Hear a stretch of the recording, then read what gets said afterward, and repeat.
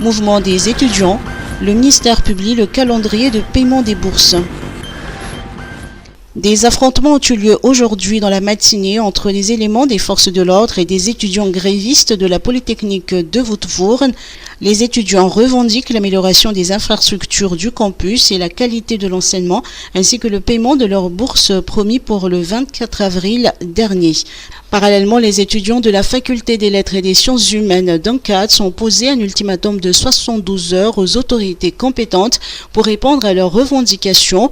Passé ce délai, ils brandissent une menace de grève à partir de jeudi. Ces étudiants réclament le paiement sans délai de leurs 5 mois de bourse d'études et des équipements comptant pour l'année universitaire 2023-2024, ainsi que les arriérés de 2021-2022 et de 2022-2023. Aujourd'hui, en fin de matinée, le ministère a publié le calendrier de paiement des bourses qui débutera le 6 mai prochain. En raison de l'augmentation des fournitures et des équipements, notamment le coût de la connexion Internet, les étudiants réclament également la révision à la hausse de leurs bourses, mais aussi la résolution des problèmes récurrents d'approvisionnement en eau au sein de l'université. Assemblée nationale, une première session ordinaire particulière. La première session ordinaire de l'Assemblée nationale débutera ce mardi 7 mai 2024.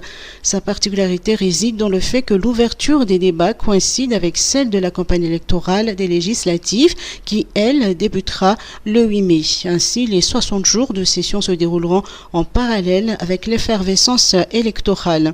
Les députés candidats se retrouveront pris entre leurs obligations parlementaires et leur propre campagne électorale.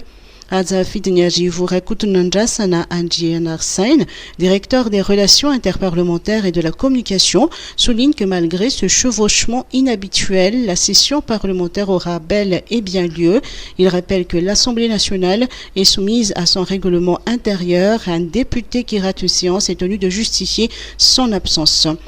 Après la déchéance de l'ancienne présidente Christine Razanamassou, l'intérim sera assuré par Jean-Jacques Rabénerine, qui est lui-même candidat pour un nouveau mandat au perchoir.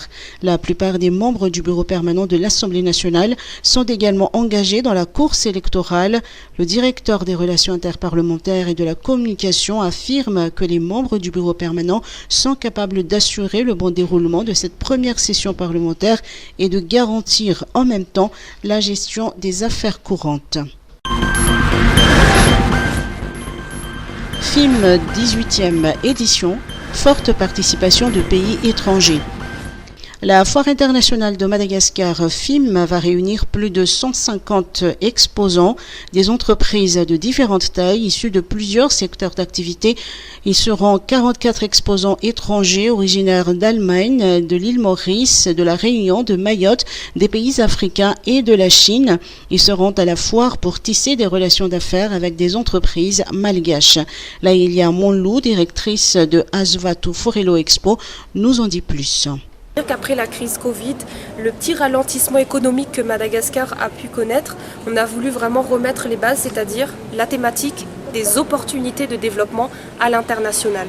Donc à ce titre, on a déjà 6 pays présents ou représentés avec un peu plus de 44 stands, il me semble. Donc on a l'Allemagne, on aura Maurice, on aura Mayotte, on a aussi le continent africain représenté à travers les projets de la BAD par exemple.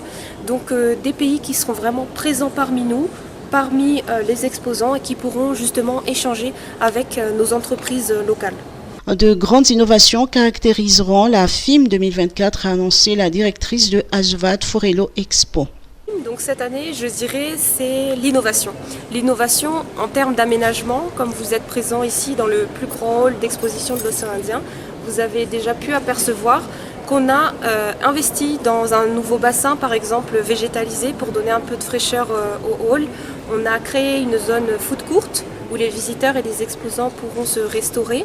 On a aussi un nouveau restaurant VIP, plusieurs centaines de nouvelles places de parking directement au hall. Donc toutes ces nouveautés d'aménagement, ça fait pour nous une nouvelle offre d'innovation pour tout le monde pour 2024.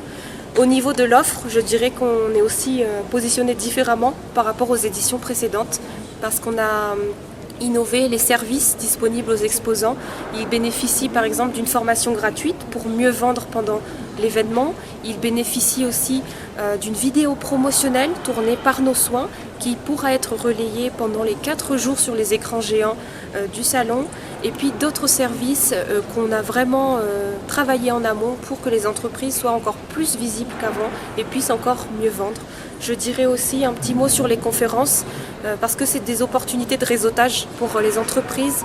On sait que les exposants, ils veulent rencontrer du monde, ils veulent tisser des partenariats, ils veulent vraiment quelque chose de solide. Donc on leur a réservé tout un programme de conférences qui se déroulera entre autres ici au Parc des Expos sur plusieurs thématiques qui touchent à peu près tout le monde. Donc avec Les femmes entrepreneurs et l'environnement seront mis en avant durant la 18e édition de la FIM qui se déroulera du 23 au 26 mai au Forello Expo de Tanzombato.